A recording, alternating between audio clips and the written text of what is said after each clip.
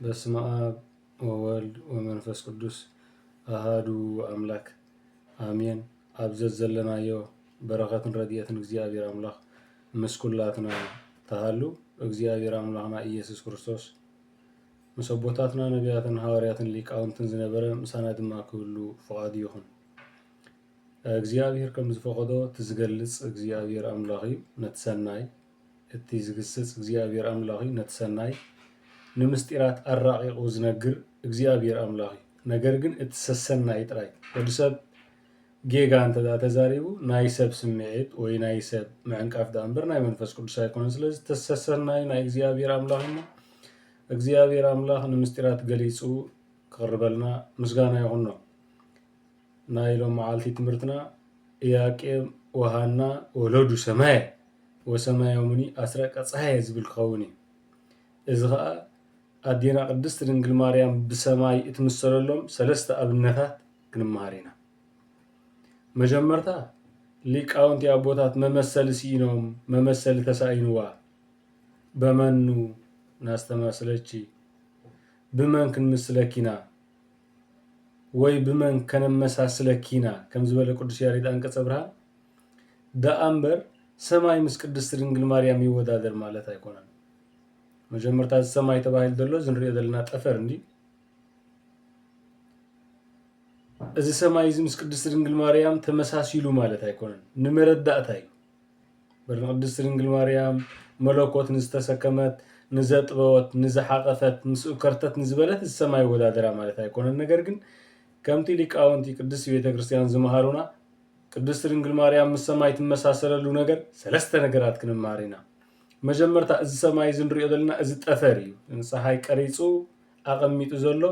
ሰማይ ቅድስት ድንግል ማርያም ትምሰለሉ እዚ ኣብ ልዕሊና ዘሎ ካብ ርጉእ ማይ ዝተፈጥረ ጠፈር እዩ። በዕለተ ሰኑይ ተፈጢሩ ኣብ ልዕሊኡ ንፋስ ኣብ ልዕሊ እቲ ንፋስ ድማ ሃኖስ ዝበሃል ማይ ኣሎ። ኣብ ልዕሊ እዚ ንሪኦ ዘለና ጠፈር ሰማይ ባቢል ዝበሃል ሓያል ንፋስ ኣሎ። ነቲ ንፋስ ተፃዒንዎ ዝነብር ድማ ሃኖስ ዝበሃል ሓያል ማይ ኣሎ። አክሲማሮስ ሊቅ ናይ ቅድስት ቤተክርስቲያንና ወይ ድማ ካብዞም ደ ጎልደን ኤጅ ፋደርስ ናይቲ ወርቃዊ ዘመን ሊቃውንቲ ተባሂሎም ካብ ዝፍለጡ ሓደ ኣቦይ እዚ ክገልፆ ከሎ ንሃኖስ ኣብ መፅሓፍ አክሲማሮስ መፅሓፍ እዩ። ፀሓፊኡ ሊቅ ናይ ቅድስት ቤተክርስቲያንና በዓለ ቅዳሴ ቅዱስ ኤጲፋኒዮስ እዩ። ዘቆጵሮስ ብሎ ቆጵሮስ ወደብ እዩ። ኣብ ናይ ፍልስጤም ኣብ መንጎ እስራኤል ዘሎ ንእስ ዝበለ ወደብ እዩ ኣብቲ እዋን እቲ። ስለዚ እዚ ሊቅ እዚ ንሃኖስ ክገልፆ እንከሎ ሃኖስ ከመ ተባኢት ሓያል ውእቱ ሓያል ማይ እዩ። ኣብ ምንታይ ተፃዒኑ ይነብር ግን ኣብ ንፋስ። ንቅድስት ድንግል ማርያም ብሰማይ ክምስላ ከሎ እቲ ሊቅ እንታይ ከምፅእ ስለ ዝደለየ እዩ። ሃኖስ ሓያል ማይ እዩ። ኣብ ልዕሊ ንፋስ ባቢል ድማ ተፃዒኑ ይነብር። ጥንተ ኣበሳ ይምሰል እዚ ተመልከቱ። ዳግሚት ሰማይ ድብላ ንቅድስት ድንግል ማርያም ኢያቄም ወሃና ወለዱ ሰማየ ዝብሎ ነዚ ምስጢር እዚ ከምፅእ ስለ ዝደለየ ምናልባት ርቕቕ ክብል ይኽእል ይኸውን። ኣብ ልዕሊ እዚ ጠፈር እዚ ባቢል ዝበሃል ንፋስ ኣብ ልዕሊ እቲ ንፋስ ድማ ሃኖስ ዝበሃል ማይ ኣሎ። እዚ ሃኖስ ዝበሃል ማይ እዚ ከም ጥንተ ኣበሳ ይምሰል። ነዛ ጠፈር ኢልና ንፅዋዓ ዘለና ሰማይ ድማ በቲ ሓያል ንፋስ ተቐኒቱ በቲ ሓያል ንፋስ ተኣሲሩ ከይተንከፎ ይነብር። ሃኖስ ንጠፈር ከይትንክፍ ባቢል ዝበሃል ንፋስ ተፃዒንዎ ይነብር። መጽሓፈ ቀለሜንጦስ ገድለ አዳም መጽሓፈ አክሲማሮስ ኣሎ። ስለዚ ንቅድስት ድንግል ማርያም ዳግሚት ሰማይ ዝብላ ዘሎ እቲ ጥንተ ኣበሳ ዝተመሰለ ሓያል ማይ ምክንያቱ ሃኖስ ሓያል እዩ ንኩሉ ሰብ ድማ ኣሲሩ ወይ ብጀካ ድንግል ማርያም እሱ ከይለሓኾኪ ዝነበርኪ ክብል ስለ ዝደልየ ዳግሚት ሰማይ ወይ ድማ ተወልዲ ሰማይ ኢያቄም ወሃና ወለዱ ሰማይ ዝብሎ እዛ ሰማይ እዚኣ ናይ ሃኖስ ሓይሊ ብባቢል ንፋስ ተፃዓይኑን ተቐኒቱን ንጠፈር ከይሓለፎ ምንባሩ ንቅድስት ድንግል ማርያም ጥንተ ኣበሳ ከይሓለፋ ነበረ ክብል ደልዩ። ምክንያቱ ንፋስ ብመንፈስ ቅዱስ እዩ ዝምሰል። እዚ ንሃኖስ ተሸኪሙ ዘሎ ንፋስ ብመንፈስ ቅዱስ እዩ ዝምሰል። ምዕራፍ 3 ዮሃንስ ወንጌል ተዳሪና ንፋስ ብመንፈስ ቅዱስ ተገሊጹ ኣሎ። ኣብዚ ጥቕሲ እዚ ደስ ዝብል ንፋስ ካበይ ከም ዝመፅእ ኣይትፈልጥን ኢኻ፣ ናበይ ከም ዝኸይድ እውን ኣይትፈልጥን ኢኻ። ነገር ግን ድምፁ ትሰምዕ። ንፋስን መንፈስ ቅዱስን ዘማሳስሎም ንፋስ ረቂቕ እዩ መንፈስ ቅዱስን ረቂቕ እዩ ንፋስ አይረአኒ መንፈስ ቅዱስን አይረአኒ ብኸመይዳ ክልቲኦም ብግብሮም ይፍለጡ ንፋስ ማዕበላት ክገንሕ ባሕር ክንቀሳቀስ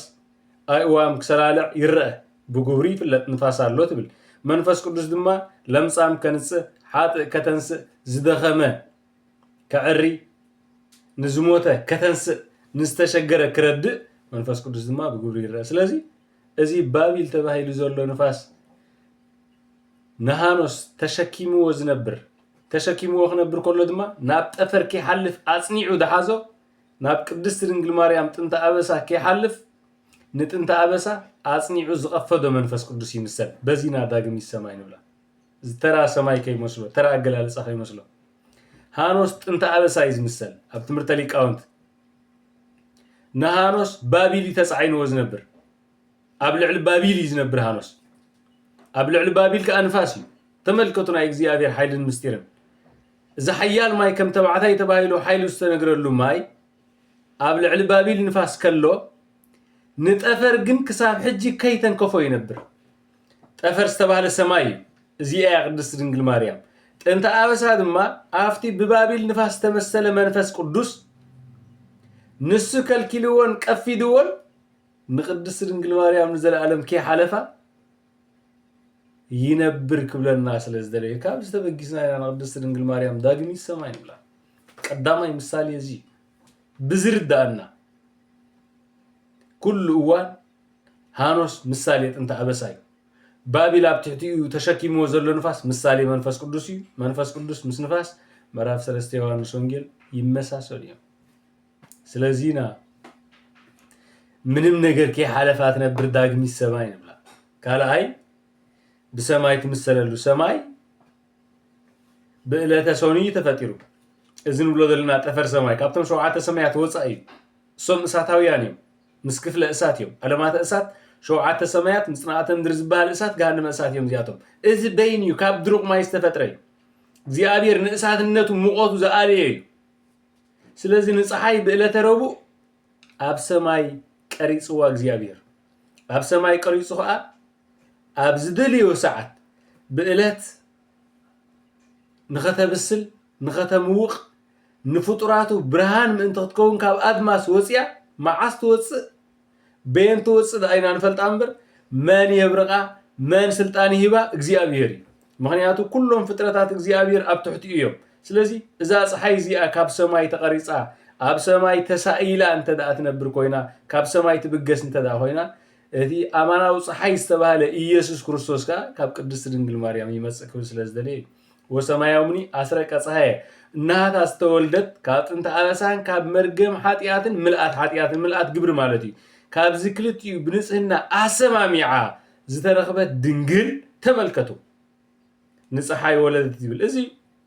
ንዓና ንኣገላልጻ ክርዳእና ኢሉ እምበር ኢየሱስ ክርስቶስ ምስተራ ፀሓይ ዝምሰል ኣይኮነን ግን ንኽርዳእና ኣማናዊ ፀሓይ እንድሕር ደኣ ንህዝቢ ዓለም ዘምውእ ኮይኑ ክርስቶስ ድማ ንሓጢኣት ዓለም ኣርሒቕ እዩ ቀሊጥ እዩ ፀሓይ ብርሃናት ህብቶ ኮይና ክርስቶስ ድማ ንዓለም ብርሃን ኮይኑዋ እዩ ኣነ ብርሃን ዓለም እየ 8 ዮሐንስ ወንጌል እትበኣይ ዝመላለስ ኣይከንደል ህፅን ኣይክዕንቀፍን እዩ ከም ዝብል ስለዚ ካብታ ሰማይ ፀሓይ ዝወፅእ እንተዳ ኮይኑ ካብታ ኣማናዊ ሰማይ ቅድስት ድንግል ማርያም ድማ ኣማናዊ ፀሓይ ኢየሱስ ክርስቶስ ይወፅእ ጻፈ ምስጢር ምዕራፍ 21 ቁጥር 24 እታ ሓትምቲ መጽሓፍ ማንም ዘንበባ ክምርምራ ዘይክእል ኣነ ከም ዝበለት ቅድስት ድንግል ማርያም ናይ ቅዱስ ጊዮርጊስ ዘጋስጫ አንድምታ ምስጢር ስለዚ ፀሓይ ካብ ሰማይ ከም ዘይፍለ ኣማናዊ ፀሓይ ኢየሱስ ክርስቶስ ካብ ቅድስት ድንግል ማርያም ኣይፍለን መላእክተ ብርሃን ንክርስቶስ ክደልዩ ምስ ቅድስት ድንግል ማርያም ኣብ መብልዕ ባልዮም ረኺቦም ምዕራፍ 2 ሉቃስ ወንጌል መላእክቱ እውን ኮን ክርስቶስ ስጋ ለቢስ ሪኦም ኣይፈልጥን እዮም ንምሳሌ ኣብዚ ምዕራፍ እዚ ስብሃት ለእግዚአብሔር በሰማያት ወሰላም በምድር ስምረቱ ለሰብ ኣብ ሰማይ እንታይ ስለ ዘሎ ምስ እግዚአብሔር ደቂ እግዚአብሔር መላእክተ ብርሃን ሲ ኣብ ሰማይ ድማ ደስታ ኾነሎም ወይ ምስጋና ኾነሎም ንብል እንታይ ስለ ዝኾነ ዝበደለ ኣዳም እንዲ ነይሩ ኣብ ሰማይ እንታይ ስለ ዘሎ መላእክት ድማ ንክርስቶስ ብስጋ ተገሊጹ መልክዕ ስጋ ለቢሱ መልክዕ ሰብ ለቢሱ ስለ ዝረኣይዎ ደስተኦም ገሊጾም ኣብ ሰማይ ድማ ምስጋና ኾነ ይብል ሪኦም ይፈልጥን እዮም ቅድሚኡ ምክንያቱ ቅድሚኡ ስጋ ለቢሱ ስለ ዘይፈልጥ ስለዚ ሰባትን ملائكة برهانو نكريستوس ملكعو كملكتو مس قدست دنجل مريم توليدو كاب دنجل مريم اب جناع ادوا تحقي في مريم سلازي سماين صحاين كم دي فلاله دنجلن اماناو صحاي يسوع كريستوس ندما اي فلاله ينيم سبعه سجل انت دا خوينم مس دنجل تحقي في مريم سلازي نا قدست دنجل مريم اماناو سماين بلا كلته سالساي سماي كتريو خلها دستا يزمل كند دما ني اغزيابير يزخاخر زخونه سب كمسجن ወይ ድማ ኣብ ጻዕሪ ጭንቀት ተታሒዙ ናብ ሰማይ ይስጥምት ስለምንታይ ሰማይ ዝፋነ እግሪ መርገጽ እግሪ ስለዝበለ ኣብ ሰማይ ዝፋን እግዚአብሔር አምላኽ ኢልና ስለነኣምን ከምኡ ስለዝኾነ ሰማይ ምስጠመትካ ቀጥታ እግዚአብሔር ይኣባኻ ዝቐረጽ እዚ ማለት ከ እንታይ ማለት እዩ ናብ ቅድስት ድንግል ማርያም ምስጠመትካ ቀጥታ ምስጢረ ስጋዊ ኣብ ኣእምሮኻ ይመጽእ ስግው ቃሉ ንክርስቶስ ካብ ቅዱስ ስጋኺ ስጋ ካብ ድንግል ነፍስኺ ነፍሲ ወሲዱ ተዋሂዱ ሓጢአትና ክጸርግ ኣብ ዓለም ብጥምቀት ሕጊ ሰሪዑ ኣብ ታቦርን ዮርዳኖስን ምስጢረ መለኮቱ ገሊጹ 27 መጋቢት ኣብ መስቀል ስጋኡ ቆሪሱ ደሙ ኣፍሲሱ ኣድሒኑና ይንምባል ማንም ሰብ ሰማይ ክጥምት እንከሎ ምስ ሰማይ ፀሓይ ኣላ ኣብ ቅድስት ድንግል ማርያም ክጥምት እንከሎ ድማ ንክርስቶስ ጠሚቱ ማለት እዩ ኣማናዊ ፀሓይ ዘይጽምሉ ብርሃን አማናዊ ብርሃን ንምሳሌ ዳአምበር ናይ ፀሐይ ብርሃን ብጸልማት ይዋሓጥ ፀሐይ ኣብ ምግብነታ ጎደሎ ይብላል ወርሒ ካብ ፀሐይ 52 ካሊኢትን 31 ሳልሲትን ትተርፍ ህጸጽ ኣለዋ ጎደሎ ኣለዋ ማለት ህጸጻውራ ባይራሳ ያብ ካለ ኸይናቱ ክርስቶስ ከምቲ ፀሐይ ምግብነታ ምልእቲ ዝኾነት አማናዊ ፀሐይ ኢየሱስ ክርስቶስ ንምይመና ምግብነቱ ሙሉእ ይኹል ስለዝደልየ እቲ ካብ ፀሐይ ካብታ ዳግሚት ሰማይ ካብ ሰማይ እትወጽ ፀሐይ ምልእቲ ዝኾነት እቲ ሰማይ ድማ ሙሉእ ዝኾነ ቅድስት ድንግል ማርያም ድማ ድንግልና ስጋ ድንግልና ነፍስ ድንግልና ልቦና አሰማሚ አስተረኽበት ምልእቲያ ወንጌል እንታይ ይብል ካብ ቅዱስ ዒላ ወይ ድማ ካብ ጥዑም ዒላ ጥዑም ማይ ይርከብ ካብ ጨው ዒላ ድማ ጨው ማይ ይርከብ ካፍታ ጥዕምቲ ዒላ ዝበለት ዒላቲያ ቅድስት ድንግል ማርያም አማናዊት ዒላ ካብ ድማ ሓቀኛ መስተ ተረኺቡ ዘፈተወ ይስተይ እቲ ዝጸምአ ይምጻእ ብኾም ይስተ ከም ዝበለ ዮሐንስ ወንጌል ተመልከቱ ስለዚ ንቅድስት ድንግል ማርያም በተሓደ ሃኖስ ብባቢል ተጻዒኑ ተኣሲሩ ዝነብር ኣብ ሰማይ ኣብ ጠፈር ዘይምሕላፉ ንቅድስት ድንግል ማርያም ጥንተ ኣበሳ ዘይምሕላፉ ይረጋግጽ አማናዊ ፀሐይ ካብ ሰማይ ምውጹ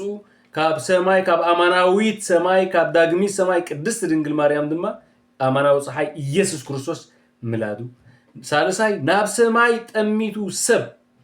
መንፈሱ ከም ዝሃድእ ናብ ሰማይ ተዳጠሚቱ መንፈስ እግዚአብሔር ኣለዎ ዝኾነ ሰብ ምክንያቱ ኣብ ዘፈር ናይ እግዚአብሔር ክብሪ ዝቕመጠሉ ዝፋን ይጥምታሎ ማለት እዩ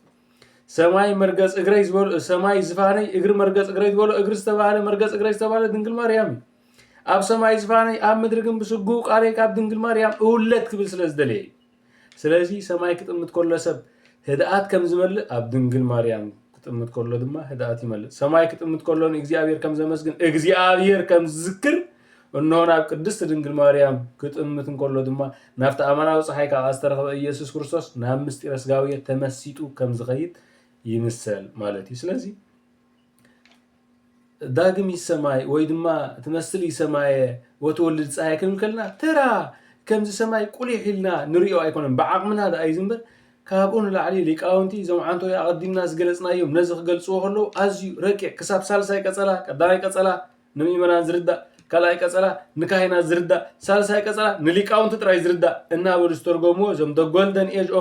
the golden age fathers ወይ ድማ the intellectuals fathers ተባሂሎም ናይቲ ወርቃዊ ዘመን ሊቃውንቲ ተባሂሎም ዝጽውዑ ቅዱሳን ኣቦታትና ናይ ሳልሳይ ክፍለ ዘመን 3 century AD እን ቅዱስ ቄርሎስ ቅዱስ ዲዮስቆሮስ ቅዱስ ኤጲፋኒዮስ ዮሐንስ አፈወርቅ ባሲሎስ ዘቂሳርያ ጎርጎርዮስ ዘንዚናው ጎርጎርዮስ ዘኑሲስ ዘም ኩላቶም ዚያቶም